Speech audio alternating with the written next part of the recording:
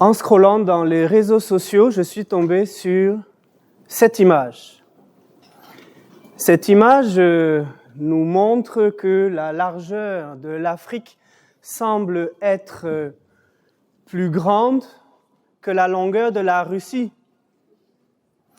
Et je me suis dit, il y a vraiment n'importe quoi dans les réseaux. Et je vais vous le prouver. Si on regarde de plus près, on peut facilement dire que la superficie du continent africain est à peu près égale à la moitié de la superficie de la Russie, n'est-ce pas? Quelle est la superficie de la Russie? Google, 17,1 millions de kilomètres carrés. Évidemment, je suis un mathématicien, j'en déduis que la superficie du continent africain est à peu près égale à 8,5 millions de kilomètres carrés. Vous me suivez toujours? Vérifions. Google, quelle est la superficie du continent africain? 30,37 millions de kilomètres carrés? Donc cette carte est fausse? Se pourrait-il que certaines de mes croyances soient aussi fausses? Que se serait-il passé si l'Afrique avait su quel était l'un des plus grands continents de cette planète? Cette carte est utilisée d'une manière courante dans les manuels de géographie, dans les journaux télévisés. Même Google Maps utilise cette carte. Elle s'appelle la projection de Mercator. Nous l'utilisons depuis 1569. Et elle a l'avantage de respecter les frontières, mais le gros inconvénient de ne pas respecter les dimensions et les superficies. C'est une projection 2D en 2 dimensions d'une sphère, notre planète. Et oui, la largeur de l'Afrique est largement plus grande que la longueur de la Russie. Laissez-moi vous parler aujourd'hui d'un ennemi invisible, mais puissant, nos croyances limitantes. Mais rassurez-vous, nous pouvons changer ces croyances pour redéfinir notre succès. Le succès. Comment définir le succès? Notre définition du succès est souvent biaisée par ce que l'on nous a appris. Laissez-moi vous parler aujourd'hui de certaines croyances que nous pouvons rencontrer dans plusieurs domaines et j'aimerais plus particulièrement parler des croyances dans le domaine de l'argent, dans le domaine des traditions et enfin dans le domaine de l'impossible. Parlons un petit peu argent.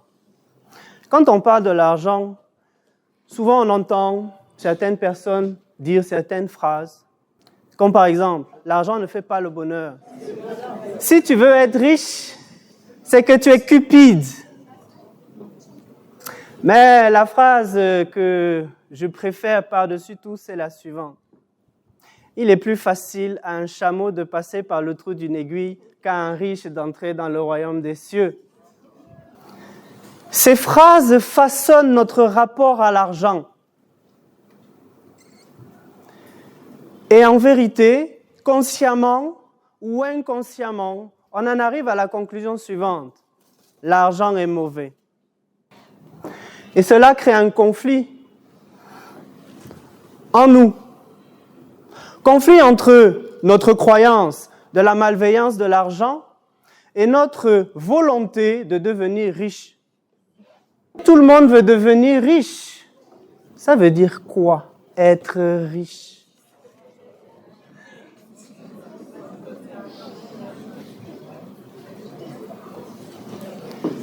Vous voyez, tout le monde veut devenir riche, mais on ne sait pas ce que c'est être riche.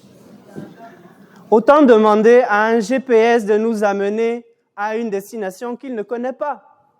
Autrement dit, nulle part. C'est pour ça que nous sommes pauvres.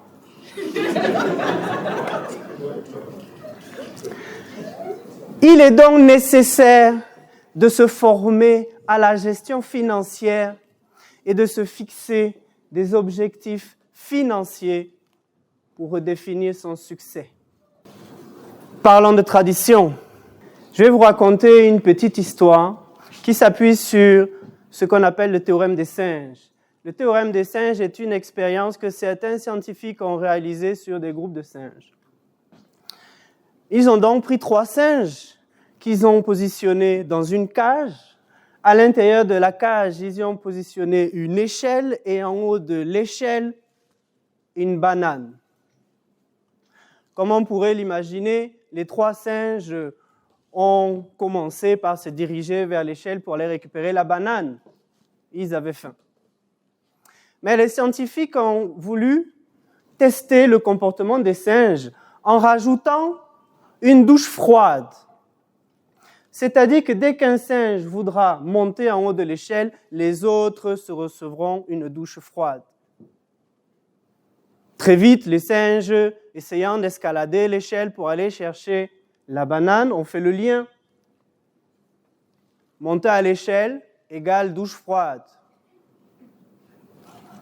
Au bout d'un certain temps, ils sont arrêtés et ils n'ont plus cherché à essayer de monter en haut de l'échelle. L'expérience ne s'arrête pas là. Du temps a passé, les scientifiques ont enlevé un singe et ils en ont rajouté un nouveau. Appelons-le le singe numéro 4. Le singe numéro 4, évidemment, se dirige immédiatement vers l'échelle pour aller chercher la banane. Mais comme vous pouvez l'imaginer, les 2 autres singes se sont interposés. Ils ne voulaient pas recevoir la douche froide. Et comme le singe numéro 4 a forcé, les 2 singes, eux aussi, ont forcé. Et lui ont fait comprendre, par la douleur, qu'on ne doit pas monter en haut de l'échelle. Singe numéro 4 a accepté. Après un certain temps, les scientifiques ont enlevé un nouveau singe et y ont placé un singe numéro 5. Le singe numéro 5, comme le numéro 4, s'est dirigé vers l'échelle. Les 2 autres se sont interposés. Le singe numéro 4 l'a frappé un peu plus violemment parce que lui, on l'avait frappé quand même. Et le singe numéro 5, malgré tout, a compris par la douleur qu'on ne doit pas monter en haut de l'échelle pour aller chercher la banane. L'expérience se finit quand on enlève le dernier singe de la première génération et quand on met un singe numéro 6. Évidemment, le singe numéro 6 fait exactement comme le singe numéro 4 et le singe numéro 5. Et il comprend qu'on ne doit pas monter en haut de l'échelle. Au final, nous venons de créer une tradition. Tous les singes savent qu'on ne doit pas monter à l'échelle, mais personne ne sait pourquoi. Et dans nos sociétés, c'est pareil. On suit certaines traditions sans les questionner. Et quand vous essayez de les questionner en disant « Mais pourquoi est-ce que vous faites comme ça ?» Vous savez ce qu'on répond ?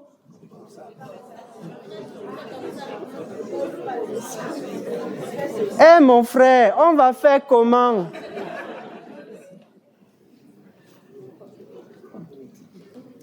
Traduisez. On a toujours fait comme ça. Je ne sais pas faire autrement. Donc, je le fais sans me poser de questions. Parlons des deuils.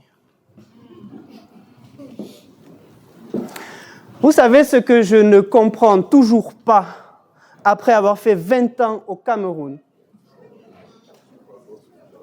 C'est pourquoi est-ce que les familles s'endettent pour organiser les deuils au village?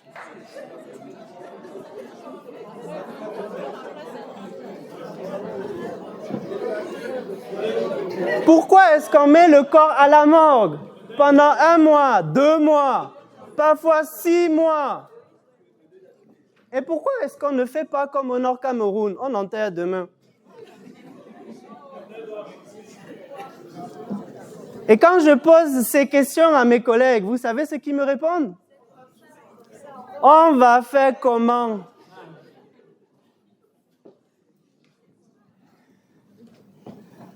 Il y a aussi un autre thème qui me tient à cœur et il y a beaucoup de militantes aujourd'hui par rapport à ce thème. Ce thème est un peu, expliqué par cette phrase. On dit souvent « la place de la femme, c'est à la cuisine ».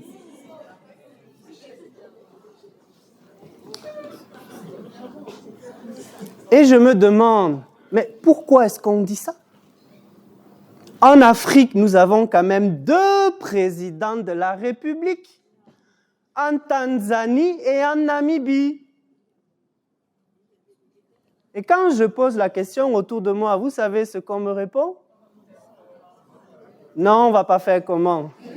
Parce que c'est comme ça. Il y a souvent des phrases limitantes. La tradition doit-elle être un frein à notre succès? Une croyance limitante? Il est donc important de questionner ces traditions et ces habitudes pour redéfinir son succès. Allons dans le monde de l'impossible. C'est impossible. Tu ne peux pas y arriver. Notre société nous formate à rentrer dans un moule. On ne doit pas penser différemment. On ne doit pas gagner trop d'argent. On doit obéir sans se poser de questions. Il y a un proverbe japonais qui dit « Le clou qui dépasse est toujours le premier à recevoir le coup du marteau. » Pas celui de la Côte d'Ivoire, j'en vois rire. Mais quand on regarde bien, nous avons eu de très belles conférences, peut-être depuis le début. Tous ceux qui ont réussi ont été ceux-là qui ont décidé d'être ce clou qui dépasse. À l'instar de celui-là qui a décidé de suivre son chemin. Et comme l'a dit son Excellence Lamora, il n'y a pas de carte, il a décidé de faire sa carte. Ou à l'instar d'Elon Musk, qui un jour a dit « Nous allons récupérer les lanceurs de fusées ». Et là, on lui a dit « C'est impossible, tu ne vas pas y arriver, ça coûte trop cher et techniquement on ne peut pas le faire ». Pourtant, le 14 octobre 2024, voici ce qui s'est passé.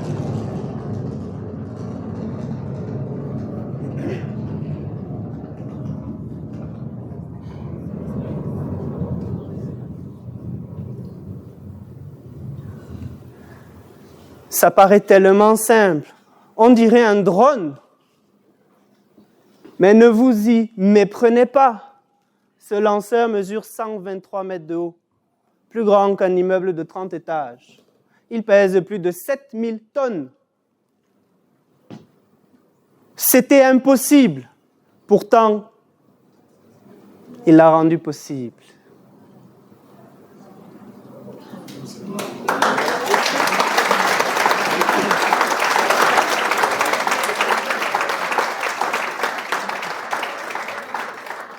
Et si un jour, vous aussi, quelqu'un vous dit que c'est impossible, rappelez-vous qu'il parle de ses limites et non des vôtres.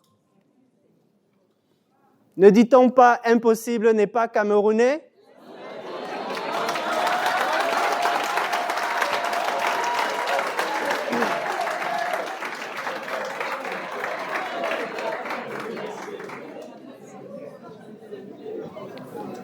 Il est donc nécessaire d'être ce clou qui dépasse. Permettez-moi aussi de reformuler en un mot plus simple. Il faut oser pour définir son succès. Le succès. Pour moi, le succès, c'est rester fidèle à ses valeurs.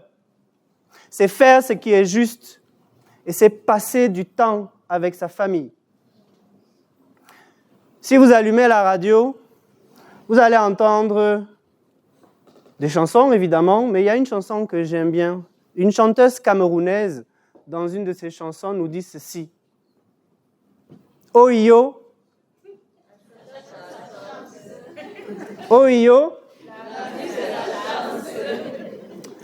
Je ne suis pas d'accord. La vie, ce n'est pas la chance. La vie, c'est un choix. Premièrement, vous pouvez choisir de penser que l'argent est mauvais. Vous pouvez choisir de croire que ce n'est pas l'argent qui est mauvais, mais plutôt la manière dont on l'utiliserait. Deuxièmement, vous pouvez choisir de penser que la place de la femme, c'est à la cuisine. Ou vous pouvez choisir de croire que la place de la femme, ce n'est pas qu'à la cuisine. D'ailleurs, les chefs ne sont-ils pas tous des hommes? Troisièmement, vous pouvez choisir de croire que c'est impossible ou vous pouvez choisir de croire que vous pouvez le faire. Alors à TEDx, il y a des règles. On ne doit pas dépasser 18 minutes, on ne doit pas sortir du cercle rouge. Il y a la règle des 3 idées, 3 paragraphes, 3 citations. Laissez-moi créer aujourd'hui la règle des 4. Quatrièmement, vous pouvez choisir de penser que l'Afrique est petite ou vous pouvez choisir de faire de l'Afrique une grande. Faire un choix est un choix. Ne pas faire un choix est un choix. La vie est un choix. Choisissez de briser vos croyances limitantes. Devenez.